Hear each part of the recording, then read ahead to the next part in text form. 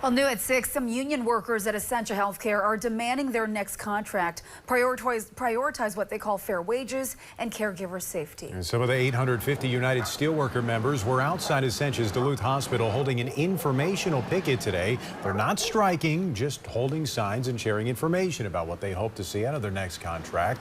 Now, workers in the laboratory, imaging, therapy, and surgical services under this union say higher wages will help recruit and retain quality workers. A union rep says Essentia's financial offer is not enough.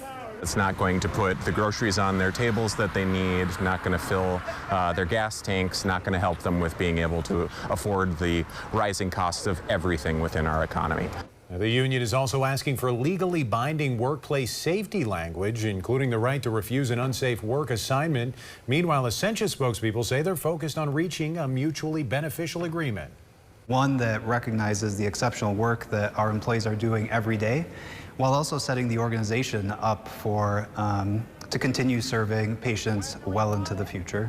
Now, the union's contract ended in June. Essentia leaders say they've already held dozens of negotiating sessions since April, with the next one coming up August 11th.